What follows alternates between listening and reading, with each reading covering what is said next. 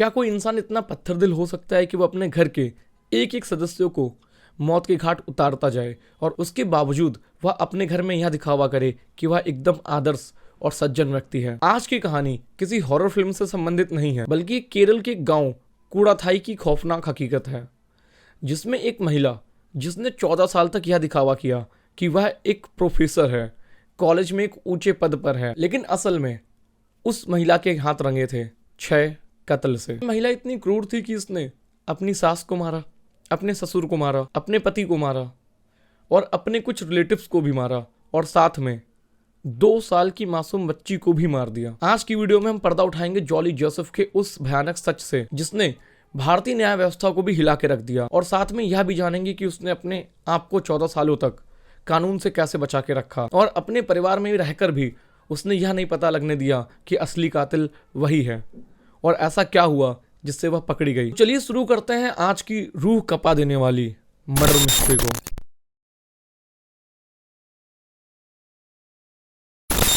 तो कहानी शुरू होती है केरल के गांव कूड़ाथाई के पूर्णटम परिवार से, जहां घर के मुखिया हैं टॉम थॉमस और उनकी पत्नी अनम्मा थॉमस।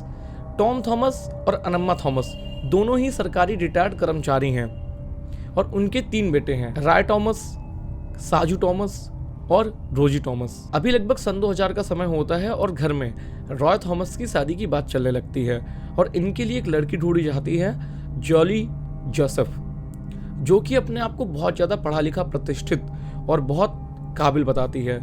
इनके घर वालों को जॉली जोसेफ पसंद आ जाती है और रॉय थॉमस से शादी करवा दी जाती है। जब जॉली इस परिवार में आती है तो जॉली यह देखती है कि घर की पूरी कमान अमन्ना के हाथ में है। अमन्ना काफ़ी ज़्यादा सख्त औरत है और जिनके हाथ में हर एक पैसे का हिसाब, घर की चाबियां और हर एक फैसले पर नियंत्रण है, जबकि जॉली को चाहिए थी आज़ादी और चाहिए था बहुत सारा पैसा। लेकिन अमन्ना के रहते हुए यह सब तो नहीं होने वाला था। समय धीमे धीमे बीतता जाता है, जॉली अंदर ही अंदर बहुत ज़्यादा घुटने लगती है और अब जॉली के मन में धीमे धीमे ख्याल आने लगता है कि जब तक अमन्ना जिंदा है तब तक वह इस घर की ना तो कभी मालकिन बन पाएगी और ना ही अपने हिसाब से कोई काम कर पाएगी और ना ही उसे कभी आज़ादी मिलेगी। जबकि अमन्ना चाहती थी कि घर की बहू घर के कामों में हाथ बटाए, अनुशासन में रहे और जैसे नॉर्मली सारी चीजें होती हैं उन सबको अच्छे से निभाती रहे। लेकिन जॉली के सपने तो कहीं और ही उड़ान ले रहे थे। उसको घर की मालकिन बनने का चस्का चढ़ गया था और एक दिन जॉली के मन में आ जाता है कि इस कांटे को रास्ते से निकालना होगा। और अब वह दिन आ गया था जिस दिन जॉली अपने बुरे ख्यालों को अंजाम देने वाली थी। दिन था 22 अगस्त सन 2002। एक सामान्य दिन था। घर के सभी लोग कामकाज पर गए होते हैं। घर में सिर्फ अकेले अनम्मा थॉमस और जॉली जोसेफ होते हैं। जॉली उस दिन का फायदा उठाते हुए अपनी सासू माँ अमन्ना के लिए सूप बनाती है, लेकिन उस सूप में वह एक जहरीला पदार्थ साइनाइड मिला देती है। जैसे ही अमन्ना सूप लेती हैं उन्हें बहुत जोरों की बेचैनी होने लगती है, उन्हें सांस लेने में तकलीफ होने लगती है और वह तड़पते हुए फर्श पे गिर जाती हैं और उनके मुंह से झाग निकलने लगता है। उस वक्त जॉली वहीं पर मौजूद थी। उसने चिल्लाने के बजाय अनम्मा को मरते हुए देखा ताकि वह यह सुनिश्चित कर सके कि यह मर चुकी हैं या नहीं। जब उसे यकीन हो जाता है कि यह मर चुकी हैं तब वह शोर मचाना शुरू करती है, चिल्ला चिल्ला के कहती है, देखो अम्मा को क्या हुआ, देखो अम्मा को क्या हुआ। और घर के सब लोग वहां पर दौड़ के आते हैं। अनम्मा जो कि 57 साल की हैं, उन्हें अस्पताल ले जाया जाता है। डॉक्टर उनको देखकर कहते हैं कि इनकी मृत्यु हार्ट अटैक की वजह से हुई है, लेकिन रिश्तेदार और घर वाले पोस्टमार्टम के लिए कहने लगते हैं। तभी जॉली बहुत ज़्यादा दुखी होने का नाटक करने लगती है और बहुत जोर जोर से रोने लगती है कि अम्मा को शांति से विदा कर दो, उनको चीरो फाड़ो मत, क्या हो जाएगा ये सब करके, अम्मा हमारी वापस तो नहीं आ जाएंगी। और वहाँ पर बहुत ज़्यादा हंगामा खड़ा कर देती है। लोगों को लगता है कि यह सास और बहू का प्यार है और अभी तक घर में कुछ ऐसा हुआ भी नहीं था कि किसी को जॉली पे शक हुआ हो। तो पोस्टमार्टम रुकवा दिया जाता है और शांति से उनका अंतिम संस्कार कर दिया जाता है। अम्मा की मृत्यु के बाद घर का नियंत्रण और तिजोरी की चाबियां अब जॉली के हाथ में आ चुकी थी। जॉली यह सब देखकर काफी ज्यादा खुश होती है कि अब वह आजाद रह सकती है। और अब अनम्मा की मृत्यु को 6 साल बीत चुके होते हैं और जॉली घर की महारानी बनकर रहती है। लेकिन उसके सामने अभी भी एक समस्या थी। उसके ससुर टॉम थॉमस, जो कि बहुत ज्यादा सतर्क इंसान थे, जिन्होंने अपनी संपत्ति पर, अपनी वसीयत पर पकड़ बना के रखी थी। और वहीं जॉली को पैसों की सख्त जरूरत थी, क्योंकि उसे अपनी प्रोफेसर की झूठी पहचान को बनाए रखने के लिए काफी ज्यादा पैसे खत्म करने पड़ते थे। और उसके लिए जॉली ने काफी ज्यादा कर्ज भी ले रखा था। और साथ में उसे यह भी पता चलता है कि उसके ससुर टॉम थॉमस अपनी संपत्ति का बड़ा हिस्सा अपने दूसरों बेटों जो कि विदेश में रहते हैं उनको देना चाहते हैं। और जॉली के मन में आने लग गया कि अगर यह सब हो गया तो उसके हाथ में तो कुछ नहीं आएगा। और उसके मन में फिर से अब शैतानी ख्याल आने लगते हैं। अब दिन था 26 अगस्त सन 2008। यह भी एक सामान्य दिन था। घर के सभी लोग अपने अपने कामों पर गए थे, लेकिन उस दिन टॉम थॉमस घर पर अकेले थे। और फिर से जॉली अपनी वही चाल चलती है। वह अपने ससुर के लिए कुछ खाने को बनाकर लेके आती है और उसमें साइनाइड की थोड़ी ज्यादा मात्रा बढ़ाकर डाल देती है, ताकि इस बार बचने की कोई भी गुंजाइश ना हो। और ठीक होता भी वैसा ही है। ही टॉम थॉमस उस खाने को खाते हैं, उनको भी बेचैनी होने लगती है और वह तड़प के फर्श पे गिर जाते हैं। उन्हें सांस लेने में काफी दिक्कत होने लगती है और जॉली वहीं पर खड़े होकर ये सब देख रही होती है। और वह तब तक देखती है जब तक टॉम थॉमस की आंखें एकदम पत्थर जैसी सफेद नहीं हो जाती हैं। उसके बाद फिर से उसका वही इमोशनल करने का तरीका, वह बहुत जोर से चीखने लगती है, ससुर जी को दिल का दौरा पड़ गया है, ससुर जी को दिल का दौरा पड़ गया है। और फिर से आस पड़ोसी घर के लोग इकट्ठा होते हैं और इस बार भी यह मृत्यु सभी को समाने लगती है और टॉम थॉमस का अंतिम संस्कार रीति रिवाज के हिसाब से कर दिया जाता है। ससुर की मृत्यु के ठीक बाद वह एक बहुत बड़ा दांव खेलती है। उसने टॉम थॉमस की फर्जी सिग्नेचर करके एक वसीयत तैयार की और उस वसीयत के अनुसार टॉम थॉमस की सारी संपत्ति जॉली और उसके पति के नाम कर दी जाती है। और यहीं पर टॉम के दूसरे बेटे रॉजी थॉमस को, जो कि अमेरिका में रहता है, उसको इस बात पर शक होता है। वह सोचता है कि पिताजी सारी संपत्ति सिर्फ जॉली के नाम कैसे कर सकते हैं। लेकिन जॉली ने फिर से यहीं पर वही खेल खेला। वह रॉजी थॉमस के आगे काफी सारी मीठी मीठी बातें करने लगती है और उसके सामने रोने लगती है और उसको झूठी झूठी बातें कहने लगती है कि पिताजी ने, यह तो पिताजी का मन था, कोई बात नहीं है, हम जायदाद का जो भी हिस्सा होगा वो तुम्हारे नाम करवा देंगे।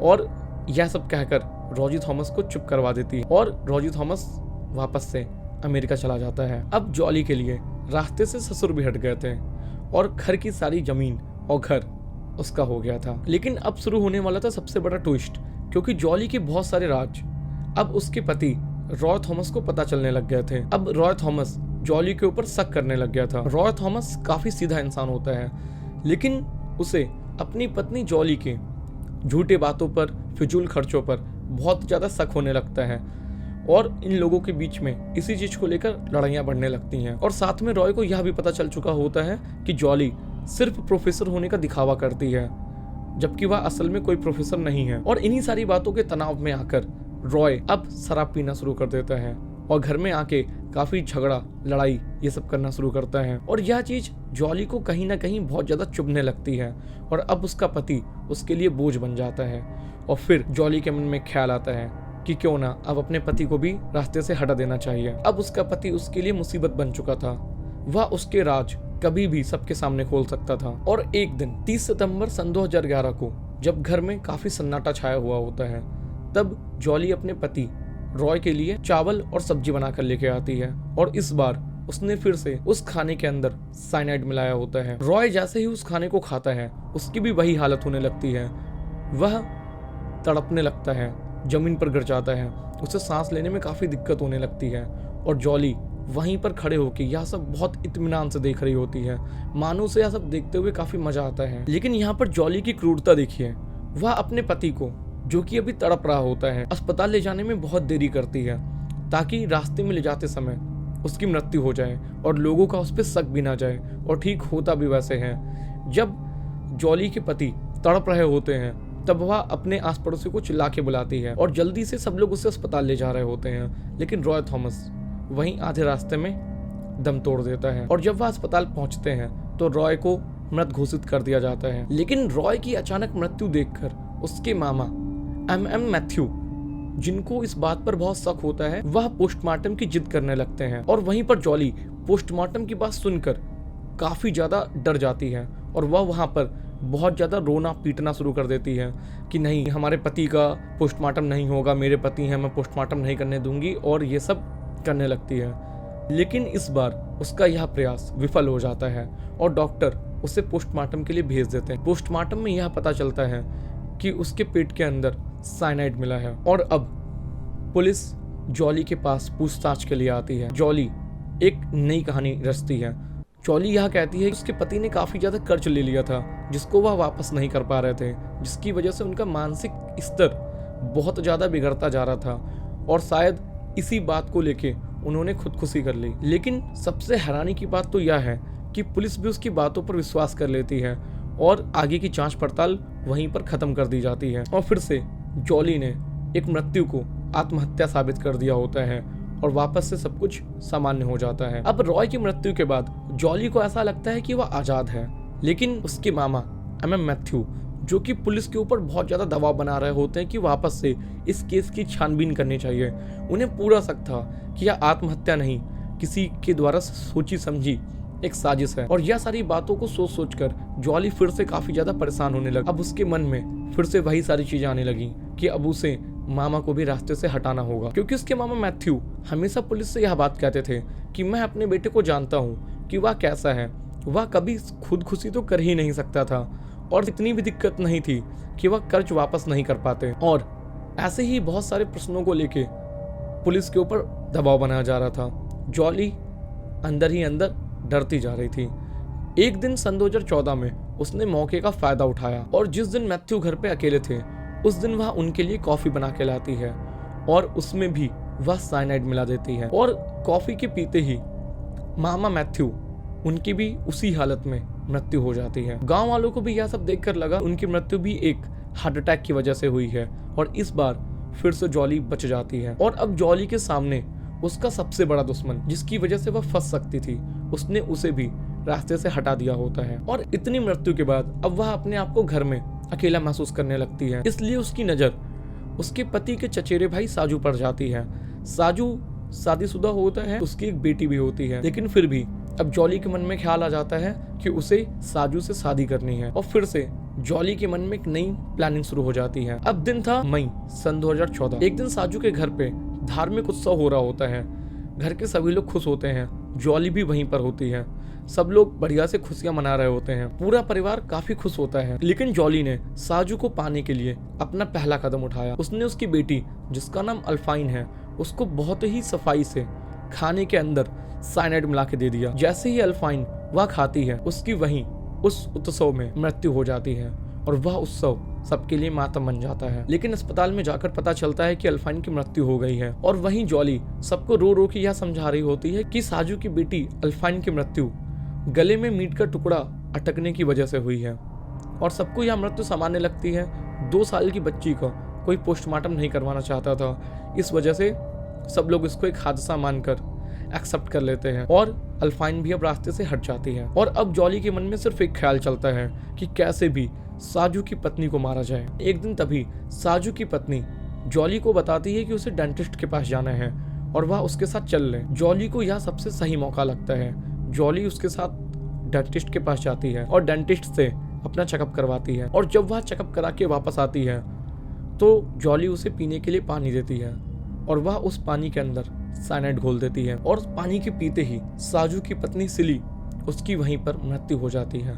यह मृत्यु भी सबको सामान्य लगती है और उसका भी अंतिम संस्कार किया जाता है। और अब सन 2017 में जॉली साजू से शादी कर लेती है और इसी के साथ जॉली काफी खुश होती है। उसको लगता है कि उसने वो सब हासिल कर लिया जो उसको करना चाहिए था। लेकिन यहीं से उसके उल्टे दिन शुरू हो जाते हैं, क्योंकि अमेरिका में बैठा रॉजी थॉमस, उसको इन सारी चीजों पे शक होता है और उसके मन में बार बार एक ख्याल आता है कि 14 सालों में लगातार 6 मृत्यु कैसे हो सकती हैं। कुछ तो जरूर ऐसा है जो कोई देख नहीं पा रहा है। और वह अमेरिका से पुलिस को एक पत्र लिखता है जिसके अंदर उसने जांच की मांग की थी। और अब जांच शुरू होती है। जांच के दौरान पुलिस को 2 चीजें बहुत ज्यादा अजीब लगती हैं। पहली चीज, हर मृत्यु में वहां पर जॉली जोसेफ उपस्थित थी। और दूसरा, हर बार मृत्यु के बाद पोस्टमार्टम को रुकवाने की भी सबसे ज्यादा जिसने कोशिश की वो जॉली थी।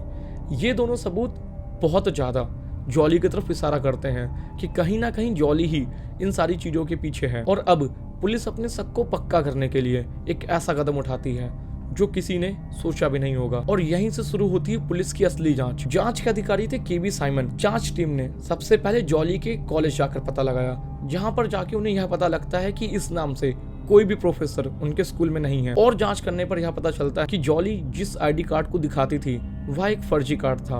वह रोज एनआईटी में आकर बैठती और कैंटीन में अपना सारा समय गुजारती, जिससे लोगों को यह लगे कि वह एनआईटी में काम करती है। पुलिस को जैसे ही यह बात पता चलती है, उनके मन में पूरा शक जॉली की तरफ चला जाता है और उन्होंने अब एक ऐसा कदम उठाया जो जॉली के लिए सबसे ज्यादा खतरनाक होने वाला था। उन्होंने अक्टूबर 2019 में, जहां पर ये 6 की 6 लाशें दफन थी, उनकी कब्रों को वापस से खुदवाया, बची हुई हड्डियां और अवशेष इकट्ठे किए और उनको पोस्टमार्टम के लिए दोबारा से भेजा। जब पोस्टमार्टम की रिपोर्ट सामने आई तो सब में एक चीज कॉमन मिली कि सबकी हड्डियों में अभी भी साइनाइड के अवशेष बचे थे। और अब पुलिस के सामने यह बात बिल्कुल क्लियर हो गई थी कि जितनी भी मृत्यु हुई हैं वो सब मर्डर। और अब समय था 5 अक्टूबर 2019, जिस दिन जॉली को गिरफ्तार किया जाता है और उसके बाद से जॉली से पूछताछ की जाती है। शुरुआत में जॉली अपने आप को बहुत सख्त बनाए रखती है, लेकिन जांच टीम के डंडे पड़ते ही वह आसानी से कबूल कर लेती है कि जितनी भी मृत्यु हुई हैं